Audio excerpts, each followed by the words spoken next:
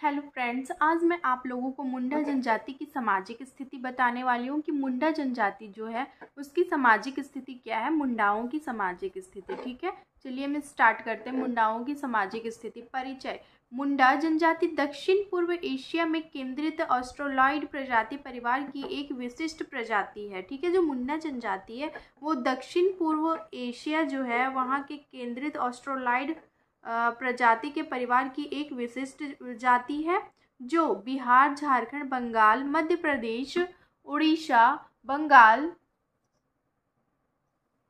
मध्य प्रदेश, उड़ीसा तथा त्रिपुर में निवास करती है। फिर भी मुंडाओं की घनी आबादी झारखंड के छोटा नागपुर प्रमंडल के रांची जिले में पाई जाती है। जो ये मुंडा जनजाति है ना, या मुंडाओं की जो जातियां हैं वो ऑस्ट्रोलाइड प्रजाति के परिवार से बिलोंग करती है। ठीक है, और ये ना इनकी जो इनकी जो जाति है वो झारखंड के बिहार, झारखंड, बंगाल, मध्य प्रदेश, उड़ीसा तथा त्रिपुर में निवास करती है। इन्हीं इलाकों में ज़्यादा पाई जाती है, लेकिन सबसे अधिक जनसंख्या जो इसकी पाई जाती है वो कहाँ पाई जाती है? झारखंड में। झारखंड के कौन से झारखंड के छोटा नागपुर प्रमंडल के रांची जिले में सबसे अधिक जनसंख्या में मुंडा जो है वो बसे हुए हैं। ठीक है, मुंडा का शाब्दिक अर्थ क्या होता है? मुंडा शब्द का अर्थ क्या है, चलिए देखते हैं। ठीक है, मुंडा शब्द संस्कृत के मुंड शब्द से बना है। ठीक, ये संस्कृत का शब्द है मुंड, उसी से मुंडा बना हुआ है। संस्कृत शब्द में मुंड का अर्थ है सिर। संस्कृत शब्द में ये मुंड जो होता है इसका अर्थ क्या होता है? सिर। ठीक, मुंडारी भाषा में मुंडा शब्द का अर्थ है गांव का मालिक, प्रतिष्ठित व्यक्ति। मतलब मुंडारी भाषा जो है वो मुंडाओं की भाषा है। ठीक है, मुंडाओं की भाषा मुंडारी भाषा है। उनके शब्दों में जो मुंडा शब्द है उसका मतलब अर्थ होता है गांव का मालिक, मतलब गांव का मालिक या प्रतिष्ठित व्यक्ति। ठीक, कोई प्रतिष्ठित व्यक्ति होता है मुंडा शब्द का मतलब। ठीक, इनकी भाषा मुंडारी कहलाती है। ठीक, जो मुंडाएं हैं उनकी भाषा क्या कहलाती है? मुंडारी। ठीक है, हम तो मुंडा का जो इंट्रो है उसे देख चुके हैं। अब चलिए देखते हैं मुंडाओं की सामाजिक स्थिति क्या थी। ठीक है, चलिए स्टार्ट करते हैं। मुंडा जनजाति का समाज पितृसत्तात्मक है। मुंडा जनजाति का जो समाज है वो क्या है? पितृसत्तात्मक है। इनका गोत्र प्रमुख है। इनमें जो है वो गोत्र प्रमुख होता है जिनका आधार क्या होता है? पेड़ पौधे, पशु पक्षी होते हैं। ठीक है, पेड़ पौधे या पशु पक्षी इनका आधार होता है इनके गोत्र में। ठीक, परिवार इनके सामाजिक संगठन का महत्वपूर्ण भाग है। ठीक, परिवार मुख्यतः दो प्रकार के होते हैं। पहला एकाकिक परिवार, पहला जो क्या है? एकाकिक परिवार, और दूसरा क्या है? संयुक्त परिवार। ठीक, समस्त मुंडा जनजाति मुख्यतः दो शाखाओं में विभक्त है। बड़ी शाखा महलिको तथा छोटी शाखा कुम्पाट मुंडाकों को। ठीक, इनकी जो शाखाएं हैं वो दो भागों में बटी हुई है, एक महली शाखा, एक कुम्पाट मुंडाको। ठीक, इनकी उपजाति क्या है देखते हैं। मुंडा जनजाति 13 उप शाखाओं में विभक्त है। जो मुंडा जनजाति है वो 13 उप शाखाओं में विभक्त है। कुछ तो जमीन तथा सामाजिक व्यवस्था के आधार पर विभक्त हुए और कुछ तो वंश परंपरा तथा अपनी उत्पत्ति संबंधित परंपरागत धारणाओं एवं मान्यताओं को आधार मानते हुए एक दूसरे से अलग हुए। इनकी उपजातियां कुछ इस प्रकार है देखते हैं। भुईहरी मुंडा, मानकी मुंडा, नागवंशी मुंडा, कोल मुंडा, मांझी मुंडा। ठीक, मतलब इनमें क्या है कि इनकी उपजातियां जो है वो मतलब बटी हुई है। 13 उपजातियों में इनकी शाखा बटी हुई है। वही उन्हीं में से कुछ उपजातियों का ये उदाहरण है कि भुईहरी मुंडा होता है, मानकी मुंडा होता है, नागवंशी मुंडा होता है, कोल मुंडा होता है, मांझी मुंडा होता है। ठीक है, इनका गोत्र विधान क्या है? मुंडा समाज का मूल आधार गोत्र है। गोत्र को इष्ट चिन्ह के रूप में मानते हैं। जो इनका गोत्र है उसे ये इष्ट चिन्ह मानते हैं। अपनी गोत्र की रक्षा वे अपनी जान तक देकर करते हैं। ठीक, मुंडा जनजाति का जो गोत्र होता है वो पेड़ पौधे, पशु पक्षी आदि के नाम पर होते हैं। ठीक है, इस प्रकार वे विभिन्न गोत्र में विभक्त हैं, जैसे सांडिल होरो, नाग, कमल, केरकेट्टा, हंस इत्यादि। रिजले के अनुसार मुंडाओं के कुल 340 गोत्र है। रिजले के अनुसार मुंडाओं के कुल कितने गोत्र है? 340 गोत्र है। नाग गोत्र वाले नाग सांप की पूजा करते हैं। जो नाग गोत्र का होता है ना, वो नाग सांप की पूजा करता है और वे मारते नहीं है, और वे उसे मारते भी नहीं है, नाग सांप को मारेंगे भी नहीं, बल्कि उसकी रक्षा करते। बल्कि नाग सांप की ना, जो मुंडा जनजाति के लोग हैं वो उसकी रक्षा करते। ठीक, और कौन से गोत्र के लोग? नाग गोत्र के जो लोग हैं वो नाग देवता की रक्षा करते हैं, उनकी पूजा करते हैं। ठीक है। फिर जो होरो का अर्थ होता है कछुआ। ठीक, जो होरो है, होरो का मतलब क्या होता है? होरो एक गोत्र है मुंडाओं की, उसका अर्थ क्या होता है? कछुआ। ठीक है। होरो गोत्र वाले ना कछुआ को खाते हैं। जो होरो गोत्र के होते हैं वो कछुआ को ना ही खाएंगे और ना ही उसे मारेंगे। ठीक है, बल्कि उसकी रक्षा करते हैं। ठीक है।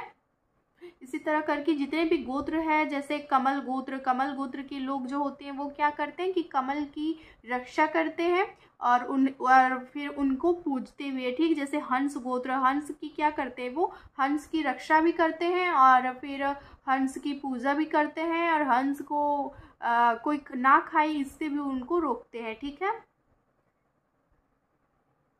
अब इनमें रिश्ता कैसे होता है देखते हैं, नातेदारी। ठीक, मुंडा समाज में रिश्ते को नाता कहा जाता है। मुंडा समाज में रिश्ते को नाता कहा जाता है।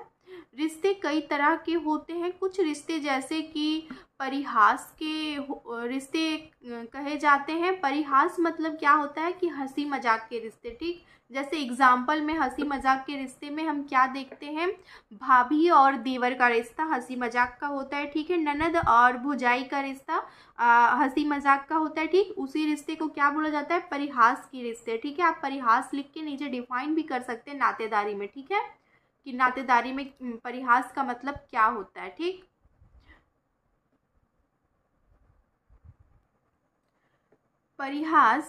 परिहास रिश्ते के संदर्भ में हंसी मजाक किया जा सकता है, किंतु कुछ रिश्ते असम्मानजनक कुछ तो रिश्ते सम्मानजनक होते हैं जो अपरिहास होता है, मतलब उसमें हंसी मजाक नहीं होता है। ठीक, कुछ रिश्ते जो होते हैं वो सम्मानजनक होते हैं जिसमें हंसी मजाक नहीं होता है।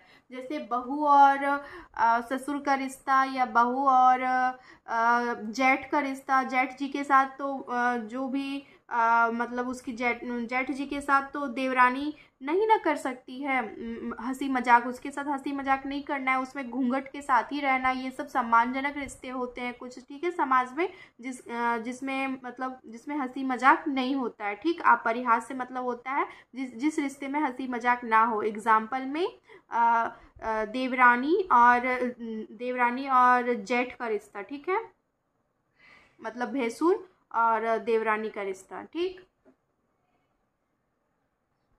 अब हम परिवार देखते हैं, इनका परिवार क्या है। ठीक, मुंडा का परिवार पितृसत्तात्मक है। मुंडा का जो परिवार होता है वो क्या होता है? पितृसत्तात्मक होता है। वहाँ पिता प्रधानता है। ठीक है, संतानों में पिता का गोत्र चलता है। एक परिवार में साधारणतः माता पिता और उनकी अविवाहित संतानें होती है। ठीक, एक परिवार में माता पिता और उनकी अविवाहित संतानें होती है। मुंडाओं में दो तरह के परिवार होते हैं, पहला संयुक्त परिवार और दूसरा एकाकिक परिवार। एकाकिक परिवार देखते हैं क्या है। एकाकिक परिवार में माता पिता और उनके अविवाहित संतानें हुआ करती है। ठीक है, उसमें सिर्फ माता पिता और उसकी अविवाहित संतानें ही होगी एकाकिक परिवार में। संयुक्त परिवार में क्या होता है कि संयुक्त परिवार में माता पिता के अतिरिक्त दादा दादी, पोता पोती, भाई बहन आदि होते हैं। मुंडा समाज में परिवार एक महत्वपूर्ण इकाई है। ठीक है, इनका जीवन चक्र मुंडाओं का क्या होता है? मुंडा समाज के किसी व्यक्ति को जन्म से लेकर मृत्यु पर्यंत कई संस्कारों से गुजरना पड़ता है। संस्कारों में मुख्य है ये संस्कार कुछ इस प्रकार है, जैसे जन्म संस्कार, जन्म संस्कार पहला, दूसरा छठी संस्कार, तीसरा नामकरण, चौथा कर्ण छेदन, पांचवा विवाह संस्कार, छठा मरण संस्कार। अब हम ये सबको थोड़ा थोड़ा डिफाइन कर देते हैं। आपको अगर जन्म संस्कार में ये सबको लिखना हो तो आप पॉइंट बना बना के लिख सकते हैं, ठीक। ये सबको ही आपको इसके बारे में आपको पता है, बस थोड़ा सा मैं बता देती हूँ। ये जो जन्म संस्कार होता है ना, जन्म संस्कार क्या होता है कि जन्म संस्कार में ना क्या होता है कि जब मतलब समाज में किसी का शादी होता है और उसकी बीवी जब पहली बार गर्भवती होती है तो उसके घर से बहुत सारी मतलब उसके घर से बच्चे की पेट में पल रहे बच्चे की रक्षा के लिए बहुत कुछ आता है। जैसे गोद भराई जो होता है ना, वही होता है जन्म संस्कार, ठीक। उसके उस समय बहुत सारा पूजा पाठ किया जाता है बच्चे की सुरक्षा के लिए, और मतलब अपने कुल देवता या अपनी देवता का नाम लेके उनकी रक्षा की मांग की जाती है कि हमारा बच्चा स्वस्थ हो, अच्छे से हो। वो पेट में पल रहे बच्चे की मतलब रक्षा के लिए गोद भराई की जो रस्म है वही जन्म संस्कार है, ठीक। अब ये छठी क्या होता है, छठी होता है हमारा जो छठियारी होता है, ठीक। जो छठवां दिन में बच्चे के जन्म के बाद छठवां दिन में जो छठियारी मनाई जाती है उसी को छठी बोला जाता है, ठीक है। ये सब आप लोगों को पता है, थोड़ा थोड़ा आप लोग डिफाइन कर सकते हैं खुद से, ठीक। उसके बाद नामकरण। नामकरण क्या है कि बच्चे के जन्म के बाद नामकरण किया जाता है। बच्चे का नामकरण कैसे किया जाएगा, नामकरण की जो भी विधियाँ होती है उसी को थोड़ा सा यहाँ डिफाइन कर दीजिएगा। फिर कर्ण छेदन, मतलब मुंडाओं में क्या है ना कि 3 साल के अंदर ही, इसमें ये एक पॉइंट है कि 3 इयर्स के अंदर ही ना मुंडाओं में मतलब कर्ण छेदन की विधि है, या फिर शादी से पहले ही उनको कर्ण छेदन कर लेना पड़ता है। अगर वो कान नहीं छिदवाते हैं तो उनका विवाह नहीं होगा, ठीक है। कर्ण छेदन के बाद ही इनका विवाह होता है, ठीक। लेकिन 3 साल के अंदर ही अधिकतर रहता है कि कर लिया जाए, और अगर किसी कारणवश 3 साल का बच्चा कान छिदवाते हुए मर जाता है तो उसे मतलब शायद दफना दिया जाता है, ठीक है। अलग दफनाया जाता है, उसके लिए अलग ही रहता है कुछ नियम। और फिर क्या है कि अगर वो किसी कारणवश नहीं कान छिदवा पाया है तो वो ना अपने विवाह से पहले छिदवाना ही पड़ेगा उसे, ठीक है। उसके बाद ही उसकी शादी होती है, ठीक। उसके बाद हमारा ये 5वां क्या है, विवाह संस्कार। विवाह में जैसे विवाह संस्कार में क्या है कि मुंडा का जो विवाह है ना वो बहिगोत्रीय विवाह होता है, ठीक। उसमें उनका क्या होता है कि बहिगोत्रीय विवाह वो करते हैं। और ये जो मुंडा समाज है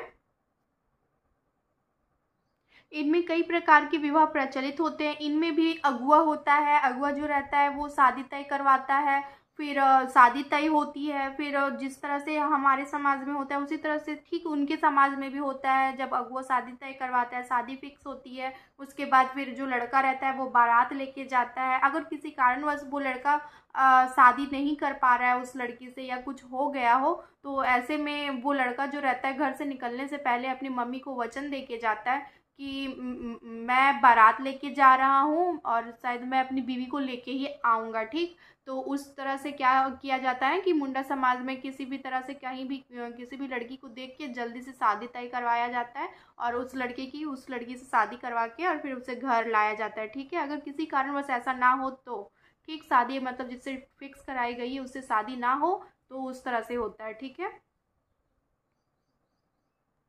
सब कुछ हमारे जैसा ही विवाह संस्कार में होता है। लड़का लड़की को देखना, शुभ लगन निकाला जाना, फिर उनकी शादी करवाना, हर चीज़ हम लोग के जैसा है, ठीक। बस इसमें एक चीज़ है कि अगर जब लड़का बारात लेके निकलता है तो वो अपने साथ अपनी बीवी को लेके ही घर आता है, उससे पहले वो घर नहीं आ सकता है। ये वो अपनी माँ को वचन दे के जाता है, ठीक है।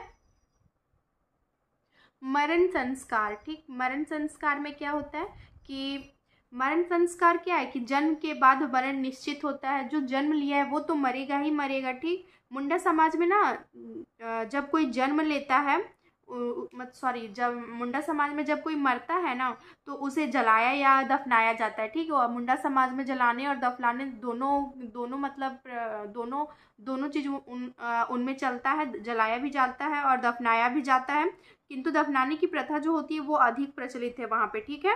और और जो उनमें हर जगह तो हर समाज में यही होता है कि उनके शव को दफनाने का अपना एक अलग स्थान होता है। हमारे हमारे समाज में भी सबके साथ यही है कि शव को दफनाने का एक अलग स्थान है। उसी तरह उनके उनके साथ भी है कि वो भी शव को दफनाने के लिए एक अलग स्थान रखते हैं। वो भी 11वां 12वां ये सब मनाते हैं। 11वां तक उनको श्रद्धा होता है बहुत ज़्यादा, ठीक है। मरने के 10 क्रम और 11 क्रम को वो बहुत अच्छे से मनाते हैं, ठीक है।